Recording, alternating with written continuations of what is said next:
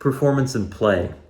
Now, we talked about play because play is, Schechner says playing like ritual is at the heart of a performance.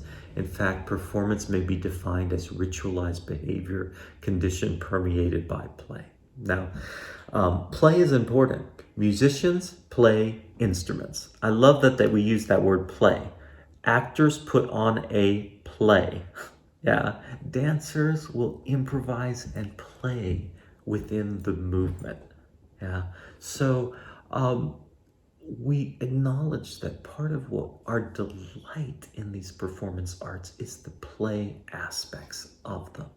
Now, I want you to know these four things by Roger Colloy, who is a French sociologist. I like this list of four things, and Las Vegas is a great example of a place where we find these four events, these four types of play. So here are four categories of play. The first one is agon or competition.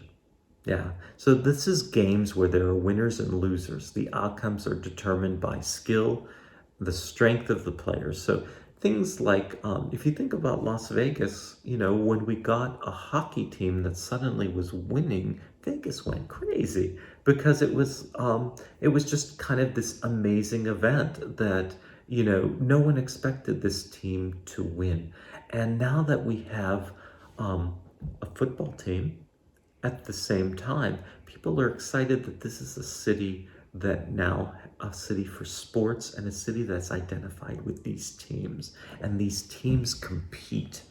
So anytime, basketball at UNLV, that's an important phenomenon that we have that team, and we're always measuring the performance of sports. So agon and competition is a type of play that we engage in. And people will like it even if they're not playing the game. They're just watching the game on a Saturday. They're just enjoying their team and their teams playing the game. Number two, aliyah or chance. Okay, that happens in Las Vegas all the time. It's games of fate or luck or grace, that determine a winner. So when I was fascinated when I first moved to Las Vegas with the amount of slot machines, and at the time I finally looked up the fact and I found out, well, at that time there were 11 slot machines per person in town.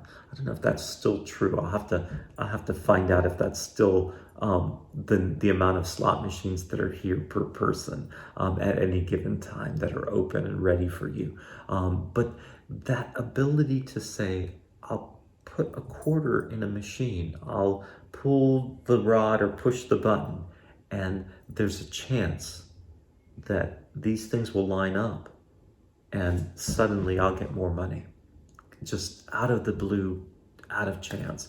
And if you've ever played slot machines, there's always like that little bit where I've won a little bit of money, and then you think, oh, well, I've won some. Maybe I can win more.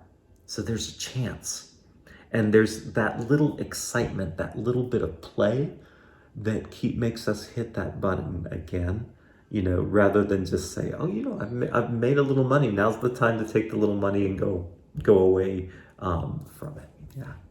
Okay, number three is mimicry or simulation. So this is playing in an imaginary, make-believe, illusory world. And this is what we believe in the arts. This is that type of play. So you can say that if I do a dance that is called Icarus, that's a kind of play. It's a make-believe that we're saying this is a metaphor for that other thing. So we're make-believing.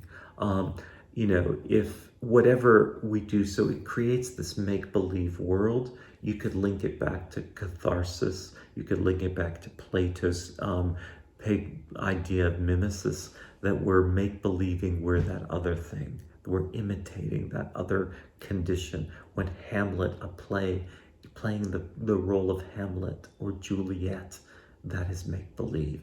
But we buy into it and we believe it and we love the make-believe of it. That's a kind of play that we're engaged in.